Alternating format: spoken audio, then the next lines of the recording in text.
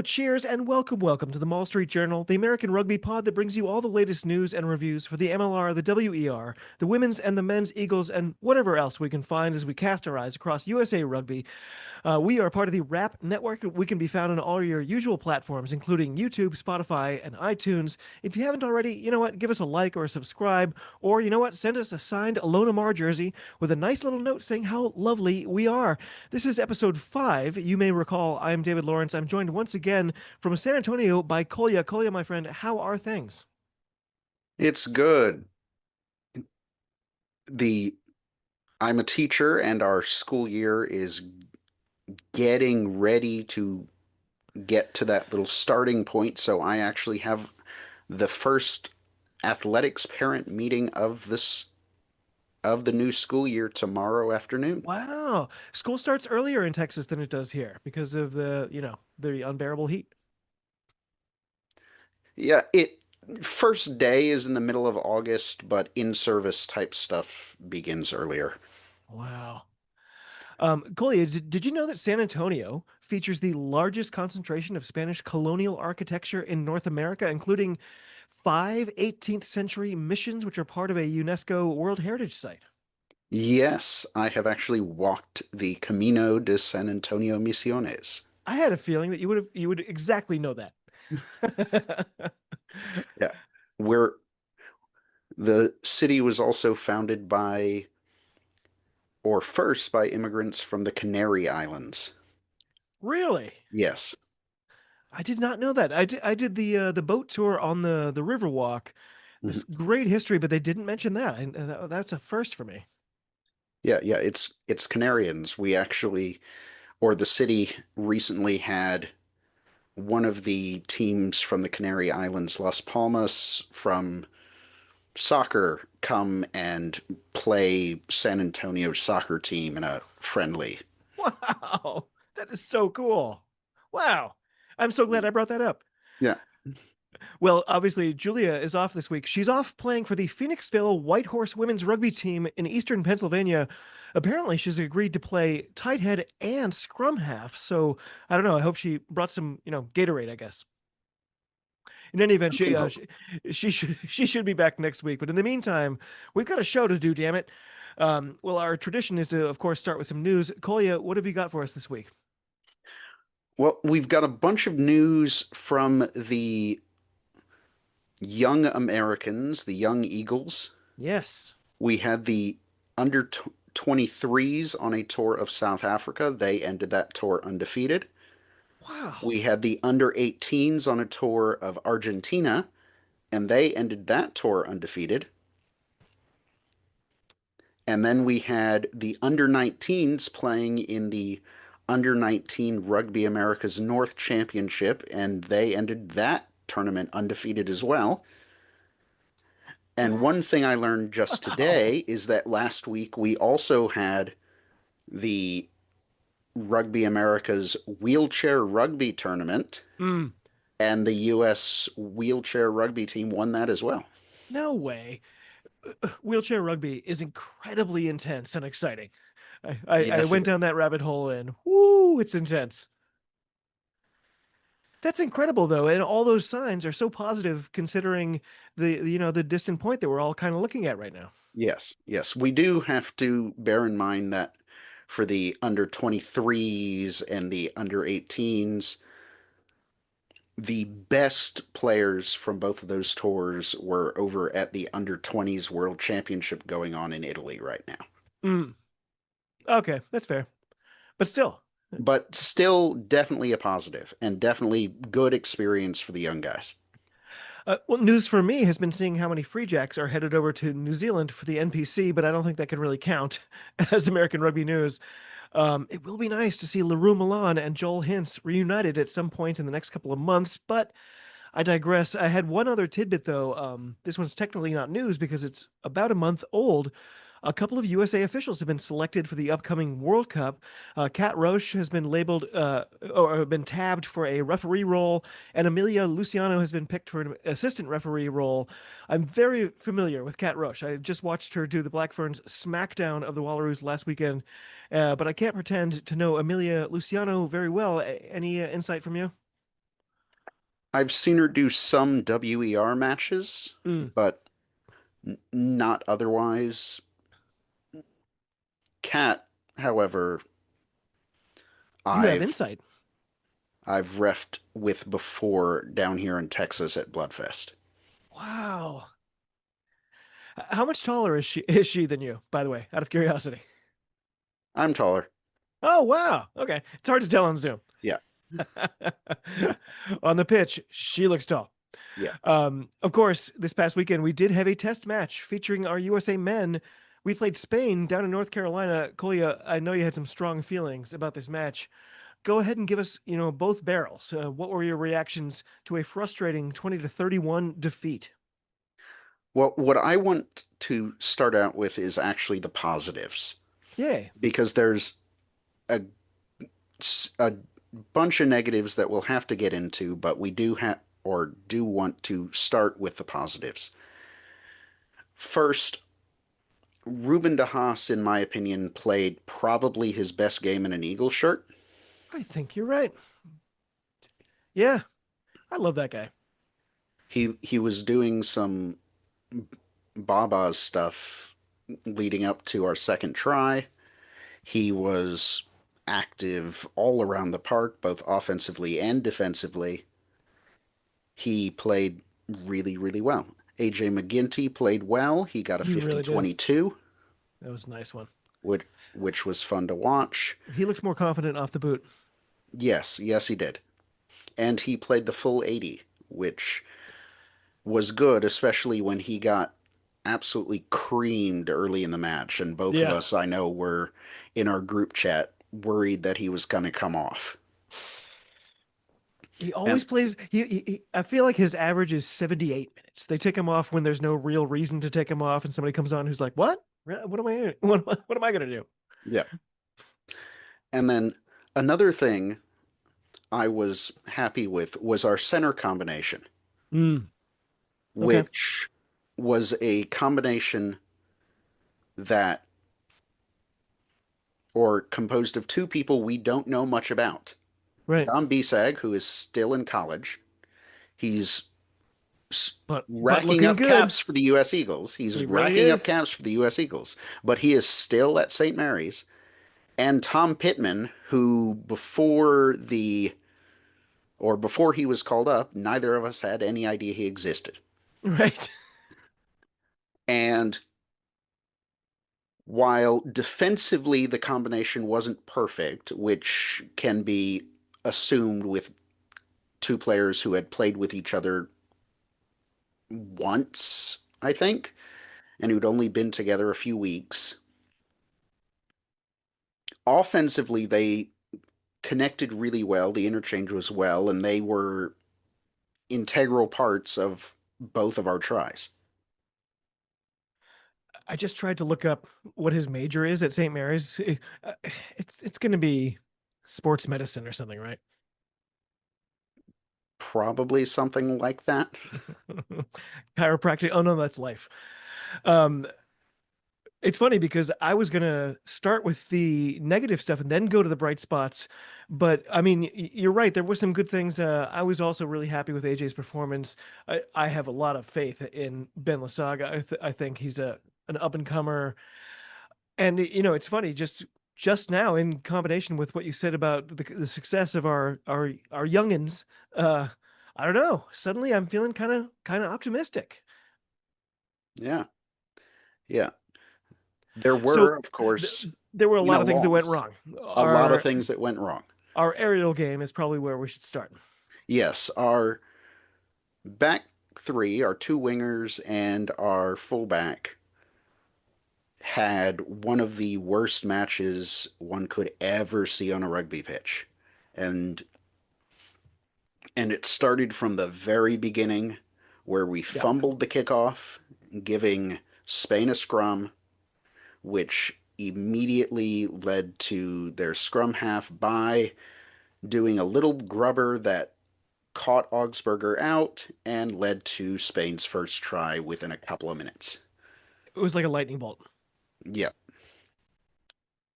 Then there was Or Mitch Wilson had two errors in the first 5 minutes, and it didn't get any better for him.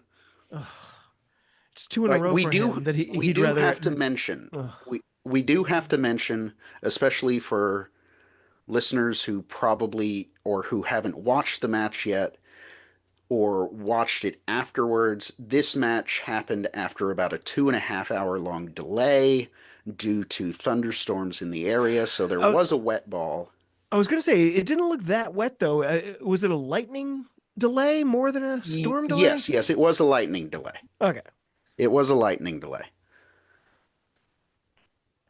But Mitch Wilson had, and I enjoy watching him play, but he had several errors that just started compounding and compounding and compounding, and it continued. He had a kick straight into touch in the second half. And then in my notes, around the 60th minute, I ask, why is Wilson still on the pitch? Yeah.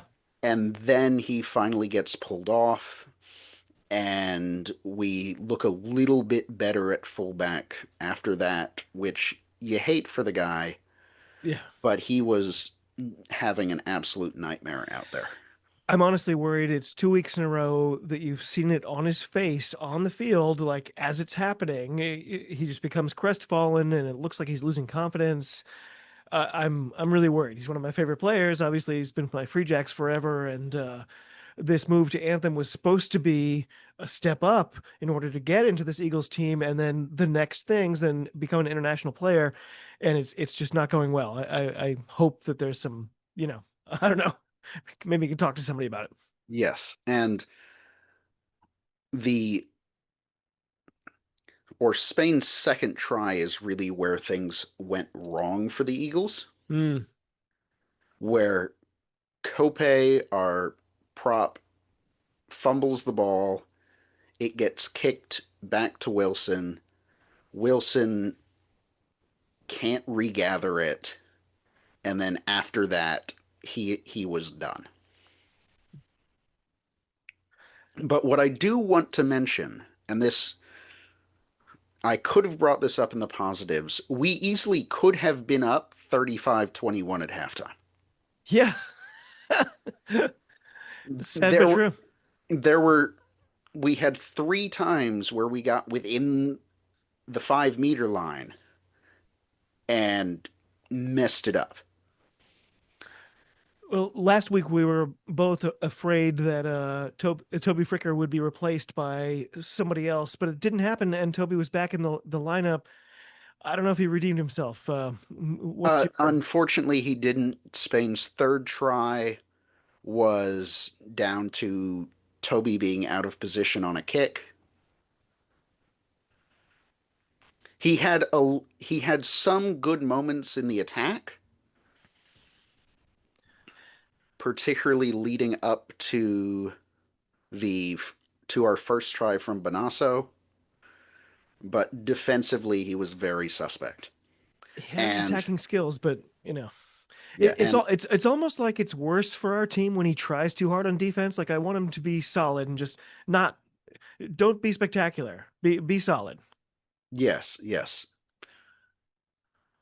So I found a quote on the Eagles rugby website that read, quote, "The men's Eagles have a +1 theme in camp this year, recognizing certain elements they feel can be a level better throughout the tour.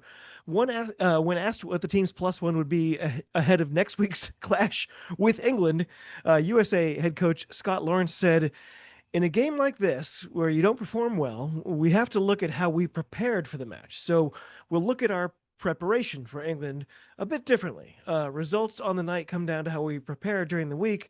So we'll look at the way we prepared for this game and what led us to ultimately not the performance we wanted."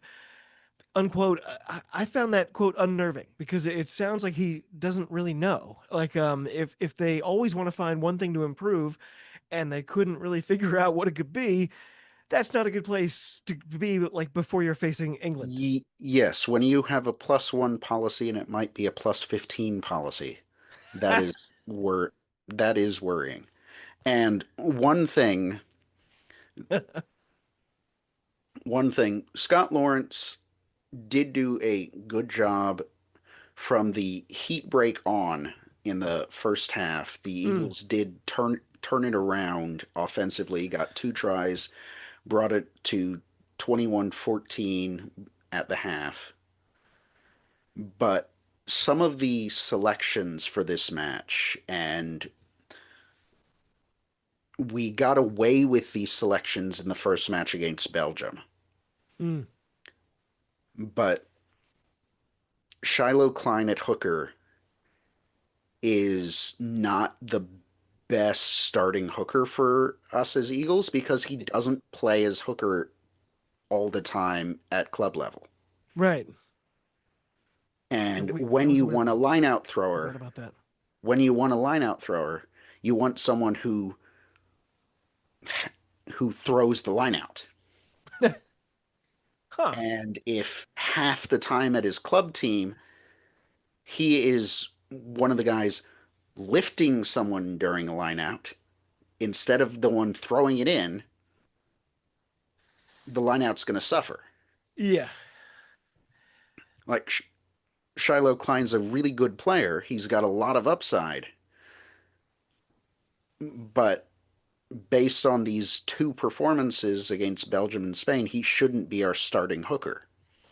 It's funny. People who are new to rugby might assume the forwards are the more sort of I can do whatever because my job is kind of just brutality.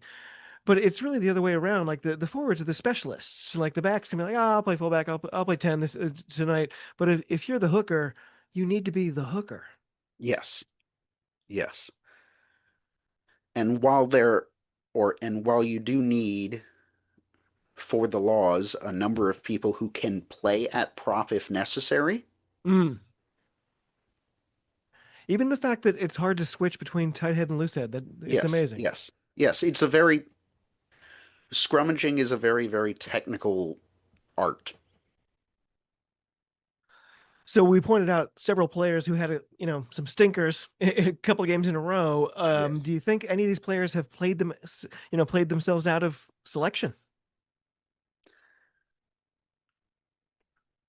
Some of them maybe, some of them I have questions about because they would play themselves out of selection if we'd selected someone else, but we don't have cover for them. There's a For depth issue. for example, Mitch Wilson is going to start against England. Yeah. Come on, Mitch. And I hope he turns it around. But if you watched the England Argentina match this past weekend, I did.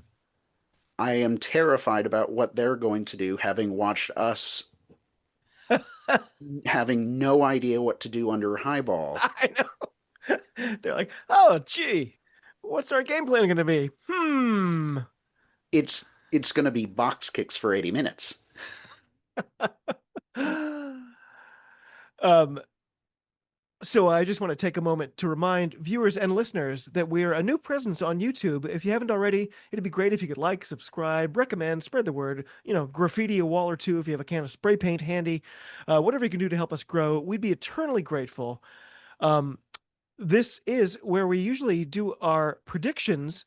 Of course, Kolya, we've already hinted at it. The men are road tripping up to Washington, D.C., all gods protect them, to face semi mighty England as part of a double header. The other fixtures, of course, are women facing Fiji, a game Julia will be attending, in fact. She did take the time to give us her thoughts ahead of time. Kolya, are you prepared to read her notes while doing an outrageous impersonation of her? I can't guarantee the impersonation, but yes. Okay. I don't actually expect that, so go ahead. Okay. So, from Julia, hey MSJ fans, sorry I couldn't join you, but my little front rower of a pit bull did his ACL and today was surgery day. Surgery was a success and he's home resting now. This weekend we'll see a big double header for the USA Eagles, and I hope to bring you some live content from my beautiful home city of Washington, D.C. The women face Fiji and the men face a different look England as the Lions tour plods along down under. We're still waiting for the team sheet as we record this on Wednesday, but a few things to look out for in the women's match, regardless of the final roster. Keep an eye on the ever shifting backline, especially in the midfield, as who we see this weekend will very likely be similar or the same as we see at the Rugby World Cup opening match Mm. against England, and the talent pool is getting deeper. We may see the integration of 7 stars, including Alev Kelter, Cheta Emba, Nicole Haverland, and Ilona Maher, as well as debuts or early caps for WER stars like Erica Koulibaly and Kristen Bitter. This match should answer a lot of our questions about where Coach Sione Fukufuka wants to focus when approaching an opening match against the mighty Red Roses, so very worth a watch. It's really great points. I think Cheta Emba, I think she's a big part of our future. I'm hoping Lev Kelter can contain her burning rage this time. Like Yes. I feel like this is a winnable game for us. I think this should be the marquee event that day. Kolya, what do you how do you see this one coming out? So I haven't been able to watch Fiji women at all. Mm. So all I know is reports that they're underfunded, that they get much like the men's team. But I'd assume we'd see something similar to how the men play, but I think the US is set up for that, so I would think we probably come out 10-point victors. Hmm. Let's see. Right now we are ninth. Fiji don't they're not in the top 10. Where are they? Oh, 15th. So you're right. It's so hard to find their matches too. Um, but I this is winnable for us. Let's see. Oh, I gotta check my phone because Julia gave us her prediction too. Do you have it right in front of you? Not, no, I don't. She gave us I, of course, am Fiji, saying for Fiji, 15-13 to USA, so she right. has it as a very, very close close match. I'm feeling positive. I think that we win this one by an unconverted try. I'm going to say 23 to 18. Um, let's see. Okay, I'll go 25-15. 25-15. I feel like we're all in the same ballpark and feeling pretty optimistic. That's a good sign. This should be the marquee game that day. But Yes, yes. anyway, for the men, I mean, I struggled to figure out like even what to say. England are the world's most annoying team, but I'm not foolish enough to predict us beating them in my lifetime. What are your thoughts as we walk slowly towards this buzzsaw? Well, I don't know what kind of team England are going to throw at us. Yeah, I If have they no idea. throw at us George Ford, I'd expect us to be beaten by about 50. Like George Ford is one of my absolute favorites at fly half. I I've He's been great. following him for a long time. Thought when he was at Bath he was one of the best players in the Premiership. Ironically, the the fly half now at Bath, I think were you on the thread where we were talking about this? George Ford is actually younger than Finn Smith. I mean, Finn Russell. Duh, Finn Smith. Mm. How dare I? They're a good 6 months apart. Um, so my only hope is that England just don't score that many points. I think they might be sluggish and happy to win by anything. Um, I'm gonna say England 28, us 5. Yeah, Julia is coming in with 43 for England to 7 for us. yeah. What I want is a good helping of youth for our team. Yeah.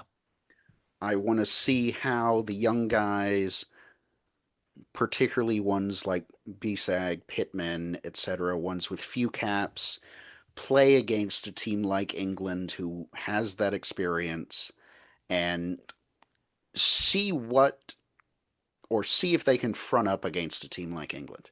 Yeah. Keep it close at least for a half. And this is no, this is probably technically a third string-ish England team, but make no mistake, they're deep. They are deep. This is a no joke team. Yes, they've got George Ford, Jack Van Portfleet, Yeah. Ben Curry. Ugh. It's good that we're getting this game in now, though, before the semester starts for Ben Lasag. Yes, yeah, Dom Bisek. Yes, and what all three of these Don Bishop. matches, the Belgium match, the Spain match, and the England match, are leading up to is our match against Canada in August, which is for World Cup qualification, if we And win. Canada just lost to Belgium. Yes, Canada just lost to Belgium in Canada, and from the match report, it didn't seem like Canada has much hope. No, I think morale is in tatters. I think Yes. they're hopeless. Yes. Now that they actually have a coach with a brain, they might do better in the near future. It feels like it's going to But be a long way but that back. depends on what Rugby Canada does. Yeah. The, the only union so far that hates itself as much or more than the Welsh Rugby Union right now. I wonder, if Canada's smart, maybe they just lean into the women. Though it's, on the Scrum of the Earth, have had multiple conversations about this. The Canada, the women's program is such a conundrum because they're so good, but they're not fully professionalized. So every time they succeed, does that tell the governing body, hey, why should I throw money at that? Mhm. Or is it tell like I actually got to talk to Philippa Tuttiett about it, and she was like, the obvious answer is this tells us if you throw money at this, we will be the best. And it's still not happening. It's so tough, but they're such a compelling team. Yes, and as an American, we do want, or as an American rugby fan, we do want Canada to have a good union. Yeah. We want them to have a good rugby team so that the US, who plays them more than anyone else, has someone good to play against. Yeah. Okay. Everyone, thank you so much for joining us for the fifth Oh, episode wait, of the Mall Street Journal. Oh, wait. wait, I'm sorry. I skipped over a whole thing. We've got Grassroots. We do this every week. I'm so sorry. I jumped ahead of my script. Kolya, you've got some Grassroots news for us this week, as usual. You've got your finger squarely on the pulse of the nation. What are we looking at this week? Yes, so this past week, I didn't learn about these until after they happened, unfortunately. Mm. But we had the Luau Sevens hosted by Mobile, Alabama's Battleship Rugby. All And we those had the words in that order are great. yes, yes, yes. And then we had the Tennessee Sevens up in Knoxville, Tennessee. Nice. But coming up this next week on the 26th, so not this week, but next week, is going to be Sevens by the Sea in my area, few hours down the road in Corpus Christi. Oh, wow. Sevens by the Sea is beach rugby. So good. How long does it take you to get to Corpus Christi? About 2.5 hours. Oh, I really thought it was farther than that. I had a roommate who was from Corpus Christi. The first day I met him, he was really upset because we had this shared living space, and he was like, "Oh man, I wish I brought a cow's head, man." I was like, "What?" And he was like, "Yeah, you just get a cow's head, and it lasts you the whole time. Like you Mhm. eat the eyes one day and the tongue another." I was like, "If I had come into my little dorm and found a cow's head in this fridge, I don't know." He also made he made homemade migas, which for him was just scrambled eggs with Fritos and ketchup. That is Migas. um, I don't have any grassroots. It's funny. I was looking for it, and I came across what I thought was a story about a tournament, but it was the one we already talked about that they did at Fort Quincy for the sort of women's all-star game. Mhm. So I came up blanks, but I guess that's it for this weekend. Anything else? Yes. Any final thoughts before we go? So, listeners, if you want to promote a grassroots tournament in your area Yes. or want us to talk about your club, get in touch. We will happily talk about your club. We will talk about tournaments coming up. This is an American rugby podcast. That, of course, means we're talking about the USA Eagles. That, of course, means we're talking about the MLR, the WER. But we also want to talk about local grassroots rugby here. Absolutely. Yeah, we're easy to find on all your socials. I think right now we're only on Twitter, but we're having we have a pretty good presence there. It's easy to find us on YouTube, where we just surpassed 100 subscribers, which is so great. As I started to say earlier, this was the fifth episode of the Maul Street Journal. I'm David. This is Kolya. Julia will be back next week. You know what? I'm really enjoying it. It's just been going great. We've already surpassed 100 subscribers, as I mentioned. By the way, we just kind of drew a line under the fact that this is an American rugby pod. But Kolya, one of the first pictures I saw of you was you wearing a Lions jersey.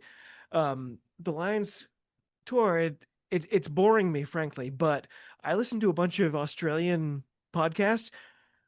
They're talking themselves into it. There's a lot of, well, if we just do this and if we just do that, like there's a lot of weird confidence among Wallabies fans. What do you think?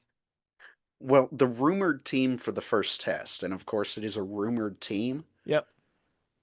that back row does not look like the best Lions back row. Yeah, but the Wallabies. Yes, yes. The Wallabies have been having some problems, but ever since they pulled Suali, they do have some morale. Yeah, he's The magic. the Brumbies and Reds both did decently in Super Rugby this year. I really enjoyed the red season, and I gotta say though, the Lions tour is bumming me out. Like, I don't really get the point of lining up a bunch of matches where it's going to be a walkover, and then the one that was kind of hyped to not be a walkover was the biggest walkover. It was such a disappointment this weekend. Yes, that odd NZ 15. I watched highlights from it and it looked like they were playing it at walking pace for Yeah. Once and they there were started a to get lot their of butts kicked, business they started decisions laughing being about it made. too. It was Yeah, like, yeah, yeah, exactly. They were yeah. like, oh, well, this isn't a real game. And it was like, well, I thought it was. Anyway, we should call it. Thank you all for listening. Thanks to Lee and all the great folks at the Wrap for sheltering us here under their great umbrella. Thanks to all of you across the globe. Cheers. Talk to you soon. And be well.